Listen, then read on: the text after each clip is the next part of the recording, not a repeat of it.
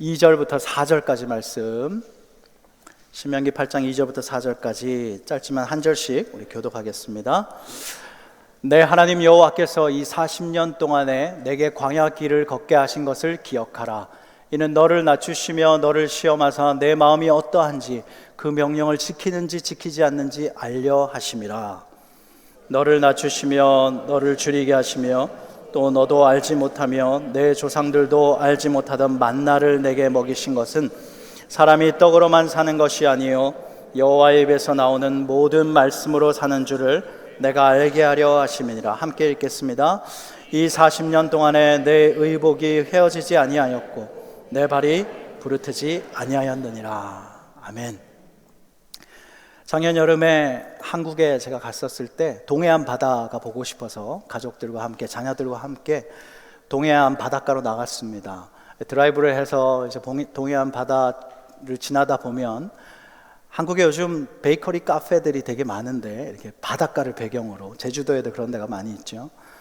갔더니 카페를 들어갔더니 통창으로 만들어서 한눈에 바다가 쫙 들어오는 그런 카페가 있었습니다. 그래서 제가 거기서 아를 하나 시키고 아이스 아메리카노, 네. 이 정도는 아시죠? 요즘 한국에 가서 카페에서 이렇게 하면 알아들어야 되는데 저는 못 알아들었습니다. 예전에. 뜨아는 뭔지 아세요? 뜨거운 아메리카노. 네. 모르시는 분들은 반응이 없잖아요. 자, 그 카페에 가서 아를 한 잔 시키고 시원한 커피를 들고 이제 딱 보니까 내려가는 길이 있는 거예요. 그래서 바닷가로 내려가자, 발을 담그자 해서 아이들과 계단으로 내려갔습니다. 바다 파도가 치면 여러분 언어로 우리가 어떻게 표현하죠? 그 파도 소리를 쏴 이러잖아요. 쏴. 근데 거기는 쏴가 아니라 촤르르르르르르 이러는 거예요. 그래서 제가 바다 소리가 좀 틀리다. 가봤더니 모래가 아니라 갯돌 뭐 이렇게 얘기했죠. 자갈. 근데 저거를 몽돌이라고 하죠. 몽돌 해변. 몽돌이었습니다. 아주 매끄럽고 아주 예쁘고 반짝반짝거리는 그 몽돌들이 있었어요. 얼마나 매력이 있는지 모릅니다. 그 파도 소리를 듣고 있으면 촤르르르 하는데요. 이 몽돌은 각진 돌들이 절벽에서 깨어지고 그 주변에 있는 각진 돌들이 파도를 만나면서 다듬어지는 거예요. 해류를 만나면서 깎이고 다듬어지고 서로 돌들이 부딪히면서 저렇게 매끄럽고 둥글둥글하게 만들어지는 거죠. 아이들은 이거 갖고 싶어가지고 하나씩 막 지는데 법으로 금지되어 있습니다. 왜냐하면 굉장히 쓸모가 있는 돌이기 때문에 법으로 금지를 시켜놨습니다. 큰 태풍이 오거나 파도가 치면 바닷속으로 저 돌, 몽돌들이 쓸려 들어가면서 돌들이 서로 부딪히고 그러면서 파도를 막아준대요. 자연 방파제와 같은 역할을 하면서 그 바닷가에 사는 그런 어촌 마을에는 저 몽돌이 굉장히 소중한 자연물로 되어 있습니다. 이유가 있는, 쓸모가 있는 돌이에요. 오랜 시간 파도와 바람으로 인해서 부딪히고 다듬어지면서요, 모양만 예쁜 것이 아니라 가치가 있고 쓸모가 있는 돌이 됐다는 거죠. 하나님도 우리를 부르십니다. 근데 이제 부르시고 자녀 삼으시고 열심히 그냥 스스로 살아가라가 아니라 하나님이 이렇게 매끄럽고 둥글둥글하게 참된 그리스도인의 모습을 갖추면서 가치가 있고 쓸모가 있게 하시려고 우리를 그냥 놔두시는 하나님 아니시잖아요. 하나님은 우리를 다듬으시고 훈련시키시는데 그 훈련 장소로서 하나님이 생각하실 때 이보다 더 좋은 곳은 없다 하시는 곳이 있어요. 그것이 오늘 그림에서 보았던 광야입니다. 근데 우리는 동의하지 못하죠. 이보다 더 좋은 곳은 없다. 여러분 동의하세요? 여러분의 그 광야의 시간들, 이보다 더 고통스러운 곳은 없다. 우리는 그러지 않습니까? 내 삶에서 어떻게든 이 광야를 피하고 싶어하고, 광야 그러면 내 삶에서는 없어야 되는 것으로 생각하고, 지금까지 내가 광야를 지나왔다면 나는 이제 평안해, 나 광야 예전에 다 거쳤어, 앞으로 내 삶의 광야는 없어야 돼, 그런 마음으로 광야를 생각하고 있지는 않은지요. 어떻게든 광야를 피하려고 하고 형통한 길로만 가게 해달라라고 하는 나의 그 시선, 그 시선에 조율이 있기를 원합니다. 오늘 말씀을 통해서 광야를 대하는 나의 생각이 조정되기 원하고 내 인생의 광야를 다시 해석하고 주님 안에서 참으로 이 광야가 좋은 곳이구나 인식이 바뀔 수 있는 우리 모두가 되길 주의 이름으로 축복합니다. 먼저는 광야를 대하는 나의 시선을 한번 보기 원합니다. 우리가 인생의 광야에 들어서면 먼저 드는 생각이 질문이 있지 않습니까?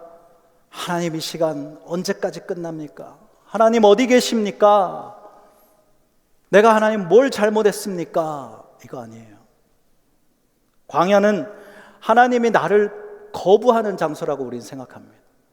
광야가 징계의 장소다라고 하니까 나에게 형벌을 주는 장소, 그래서 나를 하나님이 잠시 거부하는 장소라고 생각해요. 그래서 우리는 될 수 있으면 빨리 엑싯을 찾아서 벗어나려고 하죠. 직장을 들어갔어요. 근데 막 괴롭히는 상관이 있고요. 너무 힘든 직장이에요. 될 수 있는 한 나에게 행복감을 줄 수 있는 그런 직장으로 우리는 바로 옮겨가기 원하죠. 직장도 그렇고 교회도 그렇고 사람과의 관계에서 힘들면 내가 이걸 어떻게 견뎌 싶으면 우리는 쉽게 변화를 추구합니다. 가정도 그렇고요. 장애물이 없고 더 편한 곳을 추구하죠. 그렇게 우리는 이보다 더 좋은 곳은 없다 하시는 하나님 그 말씀에 동의할 수가 없어요. 이스라엘 백성들도 그랬습니다. 이스라엘 백성들 출애굽할 때 400년, 여러분 400년 말이 쉽죠. 400년 노예 생활을 하고 난 뒤에 홍해바다를 건너서 출애굽했지 않습니까? 홍해바다를 건널 때 그 하나님이 총동원해서 기적을 보여주시면서 홍해바다 건널 때 이들의 심정이 어땠겠습니까? 와 이러고 지나가지 않았겠어요? 찬송하면서 하나님의 이름을 불러가며 찬송하며 건너갔습니다. 제가 아이들과 조지아 아쿠아리움을 갔는데요, 사람이 너무 많았어요. 그래서 앞에 사람들 그냥 줄지어서 가면 그거 보고 따라가면서 옆에 잠깐 보는데, 터널이 이렇게 쭉 아쿠아리움 가면 통 유리로 해서 터널을 만들어 놓지 않습니까? 그게 하이라이트죠. 거기 레일에 딱 올라갔더니 천천히 움직이면서 가는데 상어가 입을 벌리고 지나가고 가오리가 막 날개를 치면서 날아가고요, 막 해파리가 춤을 추고요. 그러면서 와 이러고 가면서 하나님이 최초의 홍해바다의 이 대자연 아쿠아리움을 만들었겠구나. 이 이스라엘 백성들이 입을 벌리면서 하나님의 기적을 감탄하며 지나가지 않았겠냐, 그런 생각이 들었습니다. 그런데요, 이스라엘 백성들은 홍해바다를 건너고 이제 광야에 들어가면서 아마 그렇게 생각했을 거예요. 이런 기적을, 바다를 가르는 기적을 보여주신 하나님이 뭔들 못하실까? 우리에게 염소도 양도 준비해 주시고 그냥 물이 막 솟아오르고 열매들이 뚝뚝 떨어지고 우리를 먹이시겠지. 근데 며칠이 못 가서 장렬하는 태양이 비치고 밤에 추위에 떨고 타는 듯한 목마름에 허기진 배를 쥐고 굶주려 하면서 그들은 광야를 저주했습니다. 하나님 왜 우리를 여기까지 끌고 와서 하나님을 원망했습니다. 광야로 이끄신 하나님의 목적을 보지 못하고 광야를 단지 징벌의 장소, 하나님이 우리를 거부하는 장소로 보았습니다. 여러분은 어떠십니까? 지나온 나의 광야의 시간들, 혹은 지금 걸어가고 있는 이 힘겨운 광야의 시간들을 보면서 여러분들은 이 광야의 시간을 어떻게 해석하고 있습니까? 나는 광야는 다 거쳐왔다, 평안하다, 허락되면 안 된다, 그렇게 여긴다라고 한다면 여러분들은 광야를 잘못 알고 계신 것입니다. 광야는 내 영혼의 최적의 훈련장이고 훈련 장소이고 하나님께서 나에게 가장 좋은 것을 부어주시려고 하는, 이끄시는 그런 훈련장이라고 하는 사실을 우리가 믿고 광야를 새롭게 바라보는 눈이 열어지길 축복합니다. 첫 번째로 하나님의 광야를 통해서 우리에게 훈련하시고자 하는 바는 첫 번째, 겸손하게 하기 위함입니다. 오늘 말씀 2절을 다시 한번 보시면 내 하나님 여호와께서 이 40년 동안에 내게 광야 길을 걷게 하신 것을 기억하라. 이는 너를 낮추시며 라고 했습니다. 약속의 땅을 이제 눈앞에 뒀어요. 지도자 모세가 출애굽에서 태어난 2세들, 출애굽에서 그 광야에서 태어나 자란 2세들, 출애굽 2세대들을 향해서 지금 설교를 하고 있는데, 거듭거듭 신명기에 보면 기억하라. 자카르라고 하는 이 히브리어를 쓰면서 거듭거듭 기억하라. 40년 동안 광야 길을 걷게 하신 것을 기억하라 라고 하는데, 이 말은 뭐냐? 너희들의 전생애를 기억하고 되짚어보라, 이 말입니다. 너의 인생 전체 가운데 하나님의 하신 일들을 기억하라. 그리고 나한테 뭐라고 합니까? 이는 너를 낮추시기 위함이다. 이유가 있다는 거예요. 이스라엘 백성들은 그러지 않았을까요? 왜 우리 조상들 400년 동안 노예 생활했지 않습니까? 그러면 이제 하나님 좀 넉넉하고 풍부하고 풍요로운 곳으로 인도하시지, 400년 그렇게 고생하고 왜 또 광야입니까? 우리는 왜 이렇게 살아야 하고 왜 이런 곳에서 태어납니까? 우리 집안은 왜 이렇습니까? 우리 민족은 왜 이렇습니까? 애굽과 다른 나라들은 풍부하고 풍요로운데 우리는 왜 이렇습니까? 하지 않았겠어요? 근데 괜히 그런 게 아니라 이유가 있다는 거예요. 여러분의 인생을 한번 되짚어 보십시오. 우리 교회 정말 공부 잘하시는 분들 많더라고요. 한국에서 좋은 대학 나오셔서 좋은 직장 다니시다가 안정되게 한국에서 대기업에서 또 사업하시면서 충분히 편안하게 살아가실 수 있는데, 이민 와가지고 차별받고 고생하고 인정받지 못하고, 왜 나는 이런 시간에, 왜 우리 가정은 이래야 되죠? 왜 우리 자녀들은 다른 자녀들과 같지 않게 이래야 되죠? 왜 나는 남들에게 없는 이런 질병으로 이래야 되죠?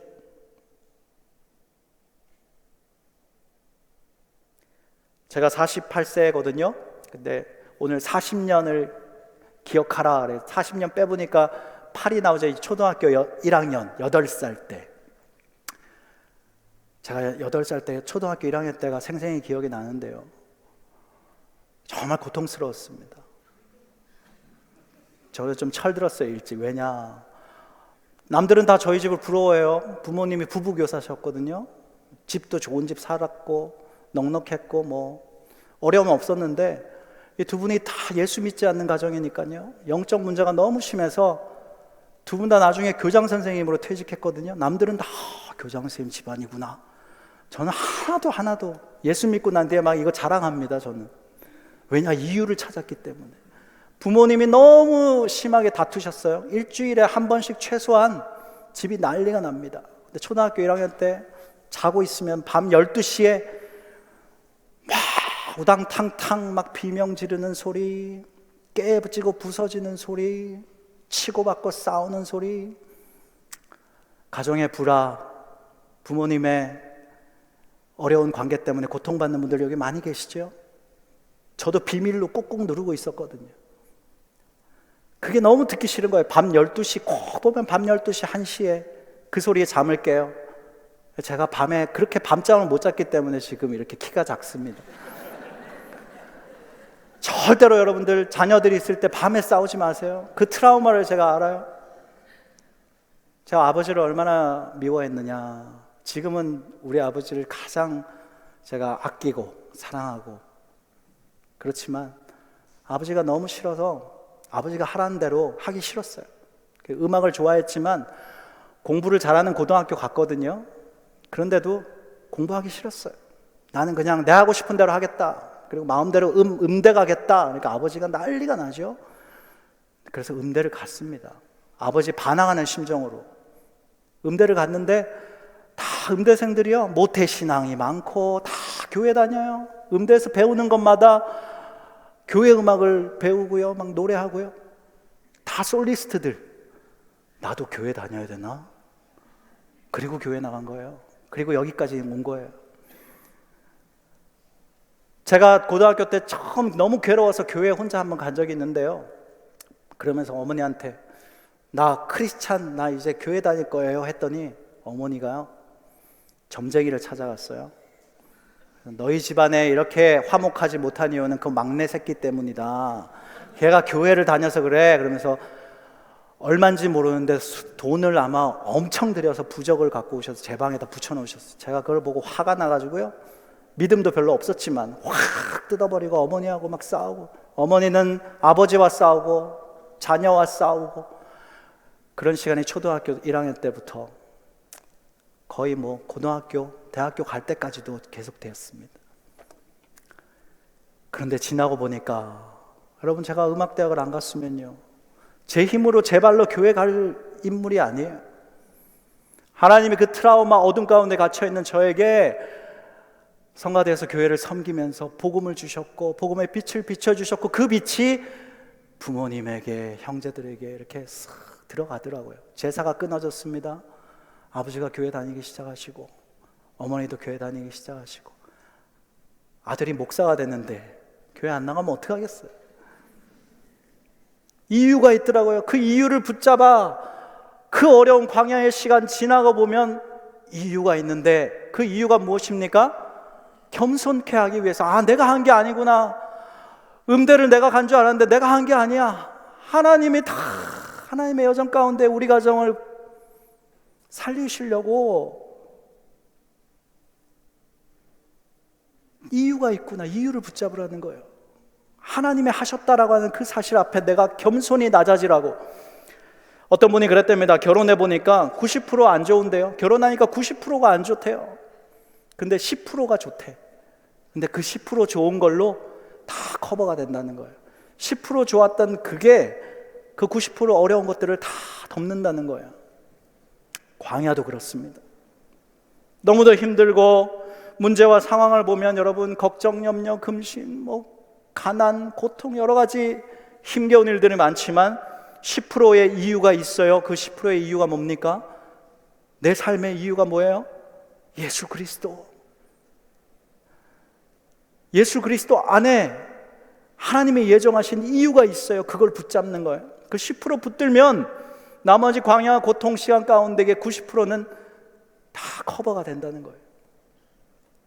내 삶을 내가 만들어가는 게 아니라 모든 순간에 하나님께서 막으시고 돌보시고 인도해 주셨다는 사실 앞에, 하나님 앞에 겸손히 낮아지라고 광야에서 그 훈련을 하기 원하시고 그것을 깨닫게 하시길 원하시는 겁니다. 성경에서의 겸손이라고 하는 것은 외적인 태도만을 말하는 것이 아니라 내 마음의 상태를 말하는 거예요. 심령이 가난한 자, 그 마음가짐을 말하는 겁니다. 광야는 여러분 아무것도 할 수 없는 곳이에요. 그렇지 않습니까? 광야는 빨리 그냥 버티면서 통과하는 곳이에요. 광야에서 대저택을 만들어서 내가 여기서 평안하게 살아야지 하는 분이 있어요? 광야에서 내가 돈 많이 벌어가지고 성공해야지 하는 분이 있어요? 이상한 사람이죠. 광야는 내가 아무것도 할 수 없어요. 아무것도 없어요. 광야에서 내가 돈이 있든 다이아몬드가 있든 수없이 가지고 있어도 내가 할 수 있고 살 수 있는 게 없어요. 광야는 그냥 하나님이 하시는 걸 보는 곳이 광야입니다. 나를 낮추고 겸손하게 하나님이 하실 일들을 겸손하게 내 낮은 자리에서 나를 비우면서 자기 의를 주장하지 아니하고 하나님을 바라보는 곳이 바로 광야입니다. 그렇기 때문에 우리는 주님, 내가 이 광야의 시간 가운데 더 낮아지게 해주십시오. 더 나의 힘을 빼게 해주십시오. 겸손한 내가 되도록 이 광야의 시간 가운데 나를 정말 거센 파도가 몽도를 다듬는 것처럼 그렇게 다듬어 주십시오. 기도할 수 있는 우리가 되길 축복합니다. 두 번째는 광야 훈련소를 통해서 하나님은 순종함을 보기 위함이십니다. 우리 2절을 다시 보시면 너를 시험하사 내 마음이 어떠한지 그 명령을 지키는지 지키지 않는지 알려 하심이라. 이명수 목사님이 이끄시는 그 영성 공동체인데 모세골, 한국의 모세골 공동체 교회가 있어요. 거기 가면 샤르트르 레브린트라고 하는 그 샤르트르 대성당, 프랑스의 그 대성당에 있는 미로를 본따서 묵상 기도하는 장소를 만들어 놨습니다. 사진을 한번 보시면 저렇게 돼 있죠. 저 입구에 이렇게 들어서면 바로 가운데 목적지에 도달할 것 같지만 길을 따라가면 그렇지가 않아요. 목적지에 다가가는 듯 하다가 돌아서 다른 쪽으로 빠지고 헤매이고 빙글빙글 돌고 헤매이다가, 그러나 그 길을 따라서 계속 가다 보면 가운데 목적지에 도달하게 되는데, 그 가운데 목적지에 이렇게 쓰여져 있습니다. 내가 길이요 진리요 생명이다. 주님과 만나는 곳이, 주님의 약속의 말씀이 있는 곳이에요.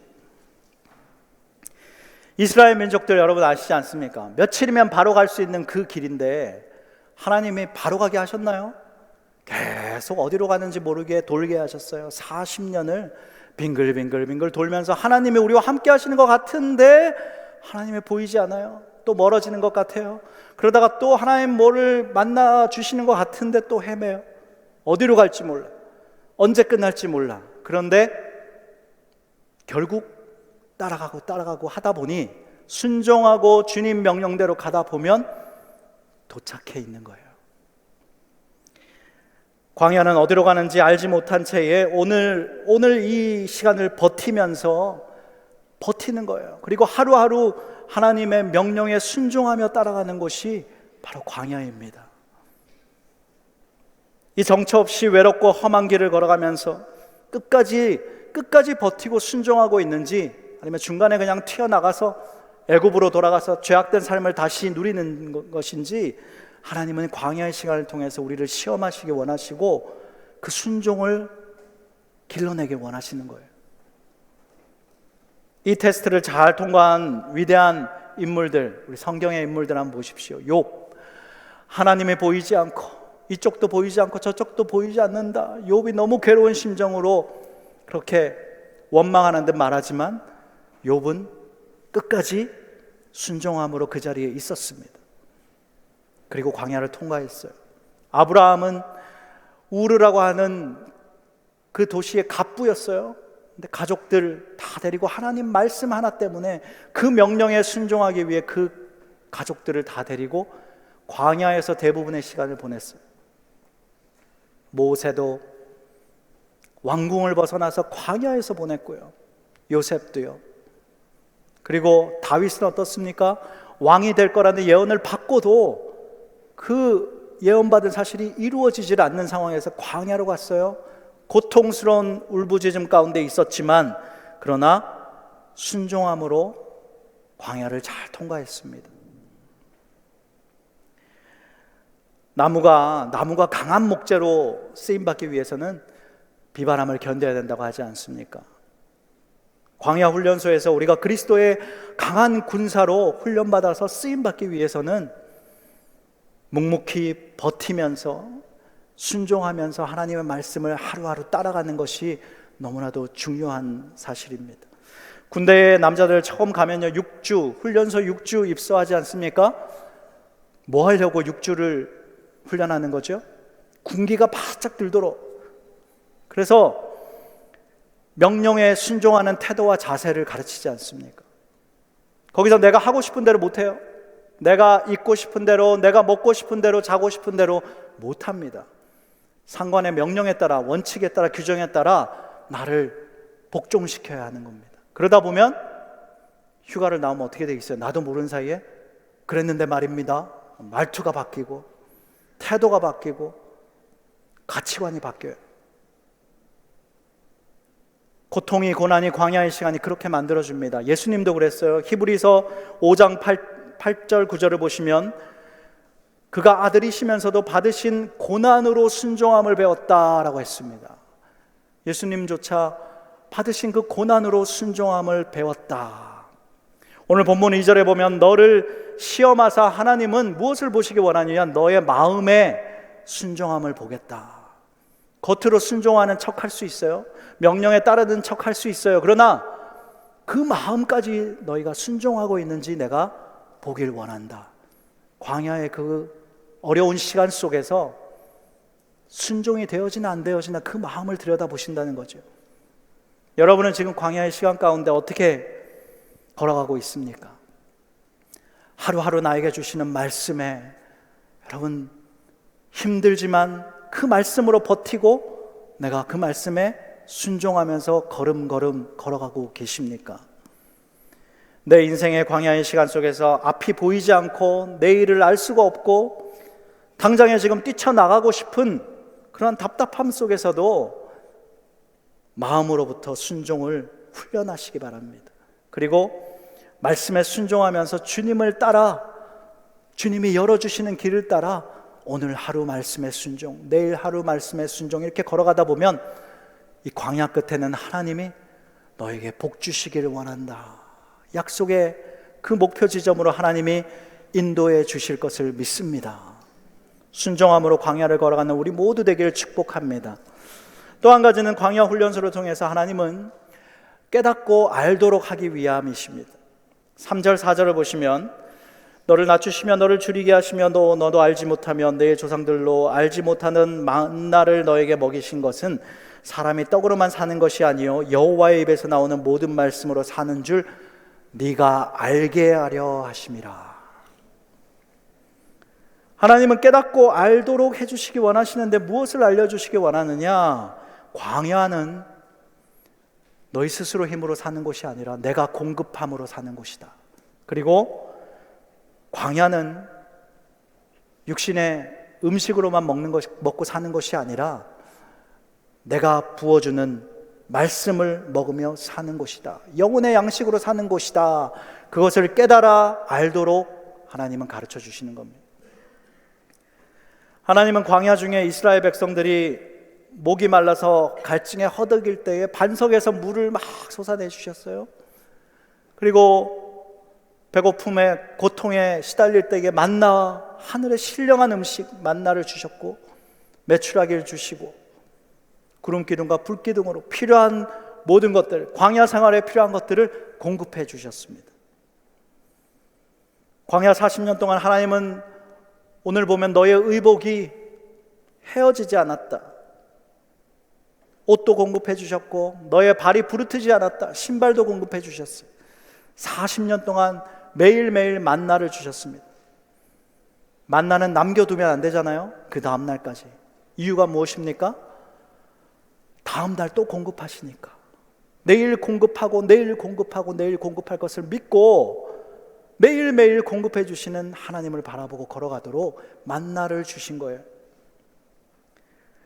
광야는 정말 우리가 필요한 것들이 부족한 곳이에요. 이스라엘 백성들도 우리는 마늘도 먹고 싶고 부추도 먹고 싶고 이렇게 했지만, 자극적인 것들 땡기고 먹고 싶지만 하나님 주시지 않았어요. 광야는요, 우리가 필요로 하는 것 주시는 곳이 아닙니다. 지금 광야의 어려운 시간을 지나고 가시면서 하나님 나에게 왜 이거 안 주십니까? 하나님 이걸 주셔야 내가 광야가 끝납니다. 하나님 이것 좀 해결해 주세요. 우리가 필요한 거 주시지 않습니다. 하나님은 광야 생활에 우리에게 꼭 필요한, 하나님 생각할 때 꼭 필요한 그걸 주세요. 불필요해 보이시는 그것들을 다 걷어가시고 광야 가운데 우리에게 꼭 필요한 것들을 공급해 주십니다. 그러면서 하나님은 광야에서 내가 공급한다, 광야에서 내가 널 버려두지 않는다, 하나님의 공급하심으로 하나님을 체험하고 경험하고 하나님을 더 바라보며 갈망하도록 우리를 만드시는 거예요.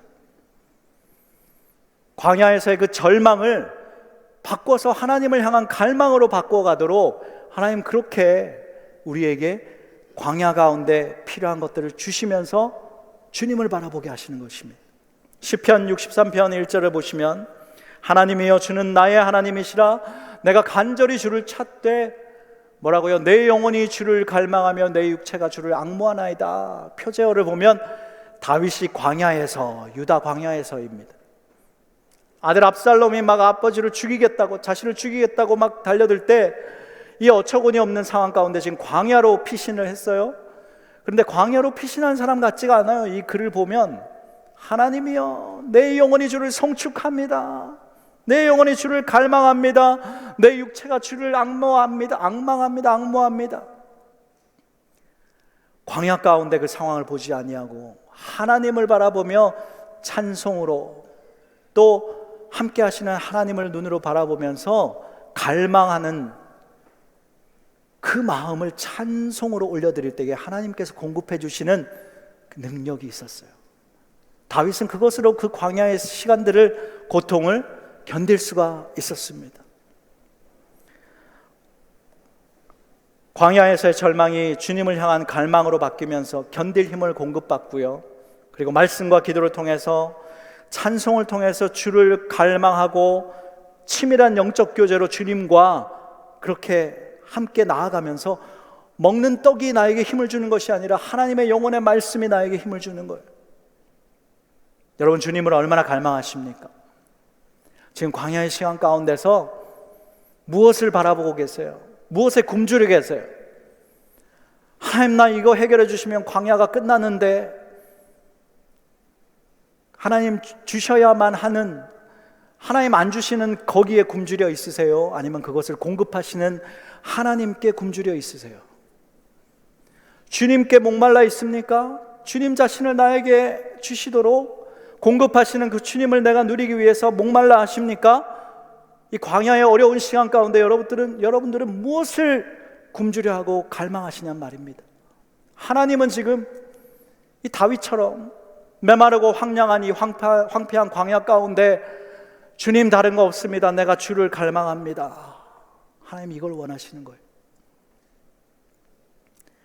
내게 주실 기적, 내게 주실 풍요, 내게 주실 응답, 우리는 자꾸 거기에 눈이 가 있잖아요. 사탄도 그렇게 유혹하잖아요. 예수님 유혹했듯이 떡이면 돼, 떡으로 만들어봐, 돈이면 돼, 하나님 경제적으로 채워주시면 이 어려움은 끝나. 아니요. 광야에서 살아낼 수 있는 힘은 떡이 아니라 하나님의 말씀 속에서 하나님을 아는 거예요. 하나님을 경험하는 거예요. 공급해 주시는 하나님을 깨닫고 알고, 그리고 그 하나님을 갈망하면서 예배하고 말씀으로 내가 의지하며 나아가면서 하나님과 친밀한 영적 교제가 있을 때 견딜 힘이 생기고 기쁨과 감사가 생기고, 그로 인해서 전도가 일어나요. 어떻게 저렇게 힘겨운 상황에서 저분은 저런가? 그게 가능하단 말입니다, 여러분. 나는 어떻습니까? 매일 공급하시는 하나님의 입에서 나오는 그 말씀을 통해서 하나님 바라보면서 하나님을 갈망합니까? 막 다른 거 이것 주세요 저것 주세요는 하는데 정작 하나님 주세요는 하지 못하고 있는 나는 아닙니까? 오늘 기도할 때에 주님 나를 채우소서, 주의 은혜와 생명으로 나를 채워주시고 내 영혼에 넘치도록 주의 은혜를 부어주시고, 주님 내 안에 주님 자신을, 주님 당신을 허락하여 주시옵소서 갈망하고 굶주림으로 하나님 앞에 기도할 수 있는 우리가 되길 축복합니다. 제가 한 가지 제안을 드리는데요, 여러분들이 만약에 한국에 가셔서 사실 기회가 있다면 제가 한 교회를 소개해 드리려고 하는데, 이 교회 가셔서 1년만 신앙생활 하시면서 한번 봉사하시면 어떨까 싶습니다. 마음속으로 한번 대답해 보세요. 사진을 한번 보여드릴게요. 이 교회입니다. 어디에 있느냐? 강원도의 산골의 정선도 시골 도시인데 거기서 1시간을 더 들어가야 돼요. 눈이 오면은 들어가지도 못해요. 택배도 배달이 안 되는 덕천리라고 하는 마을인데 거기에 200년 된 교회입니다. 저 교회가 저렇게 보여도 쓰러질 듯 보여도 흙으로 만든 건물인데요, 저기서 목회하시는 목사님이 있다는 거죠. 제가 그래서 궁금했습니다. 도대체 이 목사님은 무슨 마음으로 저기를 부임하신 걸까? 하나님이 무슨 부르심과 소망으로 은혜를 주셔서 이 목사님이, 이 상황을 보면요, 간증을 들어보면 사택에서 잠을 자는데 천정이 이렇게 쭉 내려오더래요. 뭐가 찼대요, 물 같은 게. 알고 보니 쥐가 오줌을 싸는 거래요. 그게 이제 차고 천정이 팍 뚫리는 순간 쥐가 떨어지겠죠? 근데 쥐만 떨어지는 게 아니라 쥐를 잡아먹는 뱀까지 떨어진다는 거예요. 자는데 벌레가요, 얼굴을 막, 목사님 사모님 얼굴을 막 지나가고요, 수많은 벌레와 뱀과 쥐가 드글드글한 교회와 사택이라는 거죠. 하나님 무슨 은혜를 주셨길래 제가 간증을 들어보니까 이 최기수 목사님 깡패 같은 아버지 밑에서 자랐어요. 아버지를 저주하고, 이 깡패 같은 아버지가 동네에 나가서 술을 드시면 병을 깨가지고 이 병을 막 씹으면서 피를 막 흘리면서 위협을 가하고요. 그런 아버지 밑에서 악을 품고 살아가다가, 그러나 그래도 정신 차리고 공부를 열심히 해서 하나님 은혜로 좋은 직장에 갔습니다. 좋은 직장에 갔는데 궤양성 대장염이 생겨가지고 피를 막 쏟아내는 거예요. 그때 교회를 다니셨는데 수술을 앞두고 이제 대장을 절제해야 되는 수술인데, 집사님 큰 지폐가 지방에 있는데 한번 같이 가시죠. 지푸라기라도 잡는 심정으로 같이 갔대요. 수술을 앞두고 피를 쏟으면서. 근데 갈라디아서 2장 20절, 내가 그리스도와 함께 십자가에 못 박혀 죽었나니, 그 말씀이 크게 들어오면서 그래, 그 말씀이 믿어지면서 1차 치유를 받은 것 같았대요. 그리고 안수기도를 받으면서 확실하게 하나님 거기서 나와버리게 하신 거예요. 수술을 안 받고 다 나음을 입고 치유가 됐으니까 하나님 앞에 기도하는데, 하나님 내 병 고쳐주시면 하나님 원하시는 삶 살겠습니다 그랬거든요. 그런데 이 직장을 그만둬야 된다 생각하니까 신학교를 가려면 돈벌이를 해야 되는데 우리 아이들은 막 이제 크고 엄두가 안 나는 거죠. 그런데 직장을 출근했는데 직장이 하루 만에 부도가 나버렸대요. 출근 못하게. 그래서 신학교로 가셨대요. 끌려가듯 10년 동안 신학교 과정을 받는데요, 고통의 시간, 광야의 시간을 거기서 보낸 거예요. 무더운 더운 여름날 돈이 없어가지고 사모님과 그 어린아이가 한여름에 40분 되는 거리를 버스비가 없어가지고, 그가 버스비가 없어가지고 걸어다니고, 그런 아이들을 보면서 너무 괴롭고, 하나님 내가 이거 끝까지 해야 됩니까? 내팽겨치고 싶고 도망가고 싶고 너무너무 힘든 시간들을 보냈답니다. 전도사 시절에. 어느 날 강원도 들렸다가 신학교로 다시 돌아가는 가운데 교회 차를 끌고 이제 쭉 가는데 기름값이 떨어진 거예요. 가스비가 없으니까 정말 거기서 막 쌓여있던 울분이 터지면서 여주 휴게소에 딱 세워가지고, 주차장이 얼마나 큽니까? 휴게소에 한쪽 귀퉁이에 서가지고 막 울면서 하나님 앞에, 하나님 너무 힘들어요. 하나님 나 포기하고 싶습니다.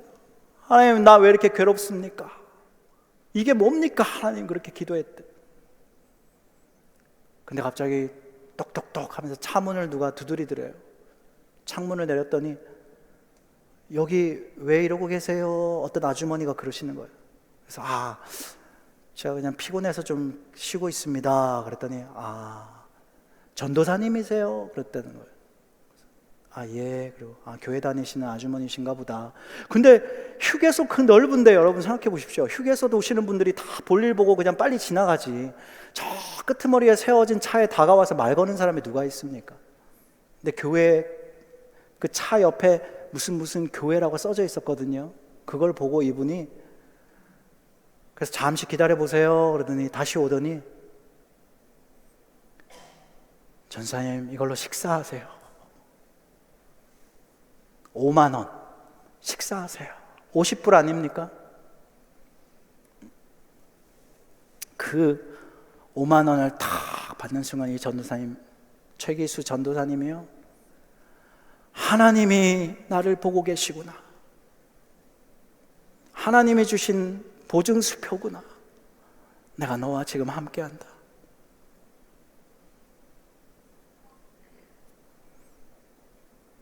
괴롭지만 힘들지만 너 혼자가 아니고 내가 공급한다. 부들부들 떨려가지고요, 그 다음부터 이제 공급하시는 하나님을 경험하기 시작합니다. 그러면서 신학교 졸업하는데 이제 제안이 들어오잖아요.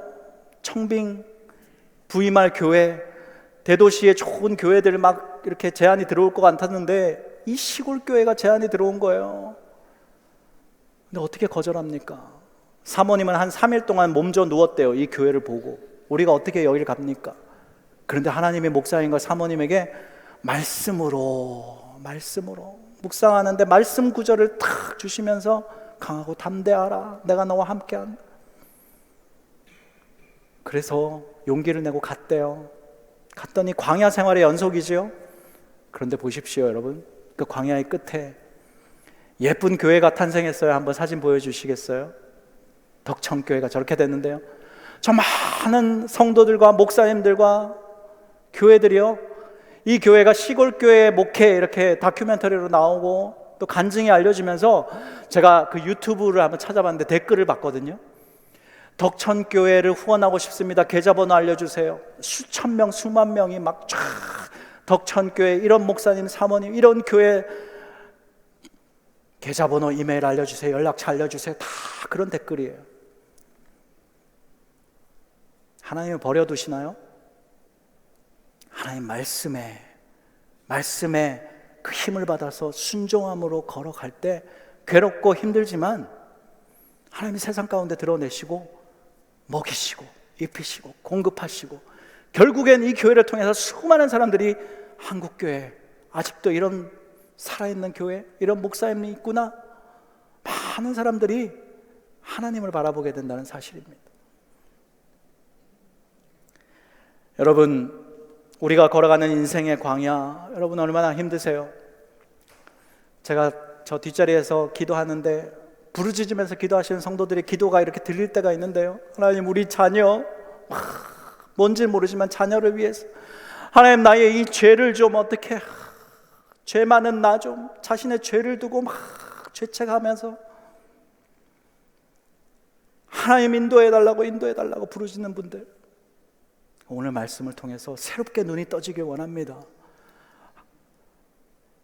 내게 주어지지 않는 그거 말고 내게 공급하시는 그 하나님만 갈망하면서 주만 바라며, 주님, 내가 주님과 영적 친밀함을 위해서 더 애쓰겠습니다. 이 광야의 시간 다른 거 노력하지 않고, 여러분 광야에서 뭘 성공하려고 하세요? 광야에서 무슨 돈을 많이 벌려고 하세요? 광야에서 뭐가 필요해요? 오직 하나님의 공급하심과 하나님의 인도하심밖에 없습니다. 이 광야의 시간 가운데 내가 하나님 더 갈망하고 하나님 만나기 원합니다. 그 기도로 하나님 앞에 나아가는 우리가 되길 축복합니다. 아무짝에도 쓸모없는 여러분 각진 돌 아니겠어요?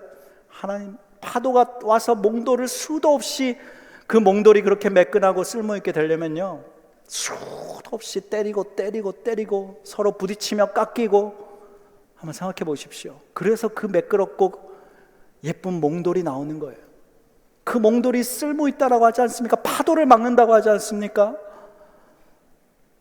하나님의 광야를 통해서 우리를 계속 만집니다. 다듬으셔요. 만지고 때리고 만지고, 서로의 어려움 속에서 부딪히면서 깎고 그러면서 만들어 가시는 거예요. 초등학교 1학년 때 그렇게 괴로운 가운데 우리 가정은 왜 이 모양이야? 나는 왜 이런 데서 태어났어? 자학하고 우울증에 빠져있던 저를 하나님 일을 하게끔 어쨌든 이 각진돌을 몽돌 만드셔서 하나님 나라를 위해서 조그맣게 사용하고 있지 않습니까? 우리 모두를 하나님 그렇게 만들어 주실 줄 믿습니다. 이 어려움의 시간을 통해서 하나님 앞에 믿음으로 순종하며 나아갈 때 하나님은 순종의 걸음걸음을 통해서 결국 약속하신 그 땅으로 나를 빚어가셔서 나의 삶을 통해 이루실 그 장소로, 복된 장소로 우리를 초대하실 줄 믿습니다. 기도하겠습니다. 하나님, 내 인생의 광야, 이보다 더 좋은 곳은 없다. 우리도 그렇게 고백할 수 있으면 좋겠습니다. 괴롭고 힘들고 어렵지만 이보다 더 좋은 곳이 없음을 하나님 앞에 고백하며 감사와 기쁨으로 주님과의 친밀한 교제를 더욱더 갈망함으로 나아가는 우리가 되게 도와주시옵소서. 예수 그리스도의 이름으로 기도합니다. 아멘. 우리 다 함께 자리에